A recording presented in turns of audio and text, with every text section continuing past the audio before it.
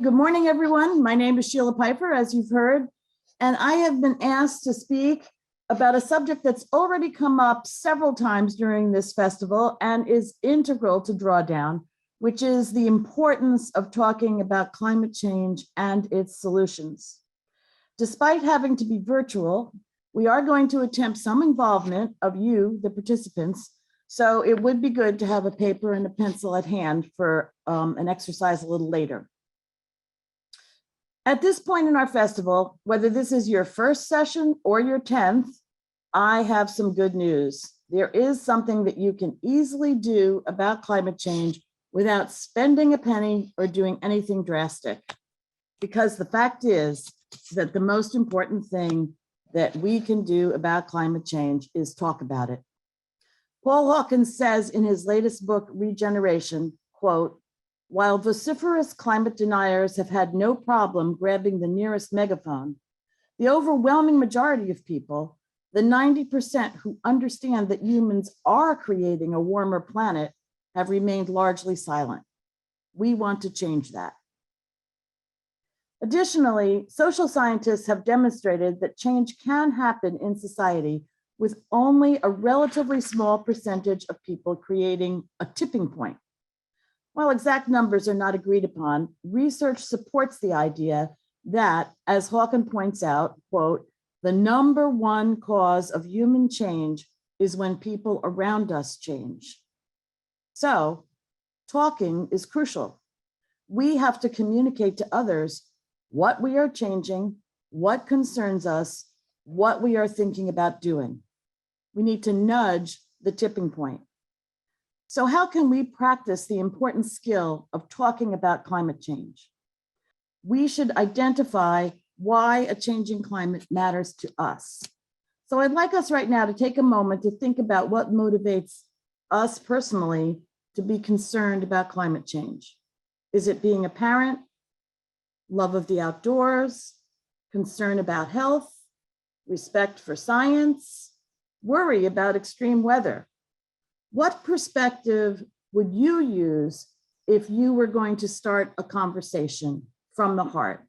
And I'd like you to jot a few thoughts down on your paper. And if you'd like to put a few words in the chat, that would be great. I'm going to actually give us a minute to do this so that we really think about it.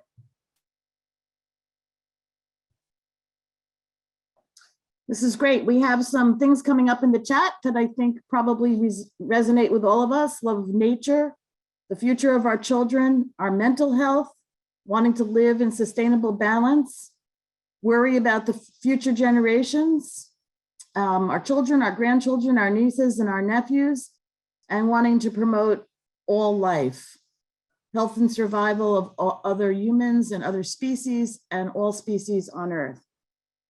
So you get the idea, and thank you very, very much.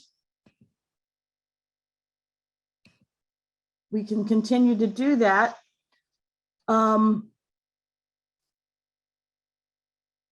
Like anything else, we want to be able to get better at talking about climate change. We want to be ready to seize those teachable moments that may come our way with friends or family. And there's no question that the kind of heart-to-heart talk along the lines described by Hayhoe is what is ideal. But sometimes another tactic can be needed. In some situations, it is useful to have a short speech prepared, something that you can use to grab someone's attention or to briefly explain something that is of concern to you. I'm sure everyone has heard the term elevator pitch or speech. It's a quick, persuasive talk of about 30 seconds, no more, on a focused topic. Although usually used in self-promotion or interviews, this kind of focused, structured, brief talk can be very useful as a way to organize your own thoughts and also as a conversation starter. As I said, it's very structured and it has 4 very distinct steps that are simple. The first one is to state the problem or the issue. Stating the issue, which we often might do with a question, because that really gets people interested. So did you know, or have you heard, or are you worried, whatever, something like that. Next, you would state the cause, then you'd have the consequence, and then lastly, the solution or a call to action. Very important. You remember that Hayhoe stressed how important it was to have solutions. Usually each step is only a sentence, or maybe it might have to be 2 sentences. So we're going to have a practice on this. I'm going to give you an example first. During the past year, while I have been working on developing a method for individuals to reduce their carbon emissions that you've been hearing about, Carbon Crew, I found myself trying to tell people what I was doing. So I wrote this pitch to help organize my thoughts and get through my initial hesitation in talking about it. Here's the pitch that I wrote. Step 1, have you been worried about climate change but not known what to do? And you notice I phrased the issue as a question, which is a very good way to get people interested and involved. Step 2, many think that solutions to global warming lie with fossil fuel companies and government regulations, not realizing that a UN study discovered that 2/3 of all greenhouse gas emissions are a result of household decisions. Step 3, the consequence, that's right. We consumers can make a difference. And then step 4, the solution. The CREW project, Carbon Reduction for Earth Wellbeing, is a simple process of using the book 2040 to create a personal climate action plan in a small group with others. After 5 meetings, we each have a plan for reducing our carbon emissions. So I am going to give us 5 minutes to actually try to do this on our own. So now that the steps are up there, I'm going to let people jot down some ideas here. I realize it's hard to do this in this kind of a setting, but I think it's always important to try to practice. So if you can just outline what it is you might talk about and try to get a few ideas down, you probably won't have all the facts and figures at your fingertips that you might want, but you can get something down. It's very important to be prepared to talk to people on this. And I'm preaching to myself because I often feel reluctant to appear to be proselytizing or in some way pushing my views on other people. But it's not a question of pushing something on other people. It's a question of finding a connection with them and building that bridge that will allow them to see things in a new way. I think that what you're saying is actually very important for us to hear, because as we all interact with people who don't always see eye to eye with us, it can be quite frustrating, especially when they ask us to cite our resources as if we are some walking encyclopedia who remembers everything we've read, listened to, or heard. And exactly.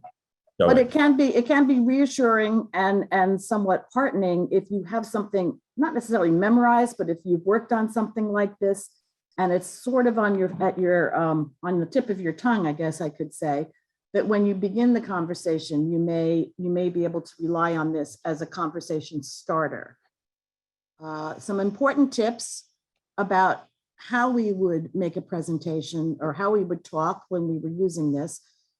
Like any time, it's important to speak slowly and to pause between the sentences, especially since these sentences are probably jam-packed because you're being succinct. You don't want to use jargon or acronyms or complicated terms. There's nothing more off-putting than a sort of alphabet soup from someone who's familiar with a topic and you are not, and then you have no idea what they are saying. Now, in the example I gave before, where I was talking about Carbon Crew, CREW is an acronym. So I had to use it because it's the title of the project, but I do explain it, and at least that makes it a little more acceptable. It's also advised that we only use one metric for credibility when we create one of these short talks. So you notice that in the example I gave, I used the metric about 2/3 of all household, 2/3 of all greenhouse gases result from decisions made on the household level. That's enough data. We don't want to overwhelm people with a lot of facts and figures. You just want enough to make your case. And then I've already talked about the fact that presenting the step one, the problem or the issue as a question can be attention getting. So unfortunately, I don't think we have time or technological ability to see what other people may have come up with.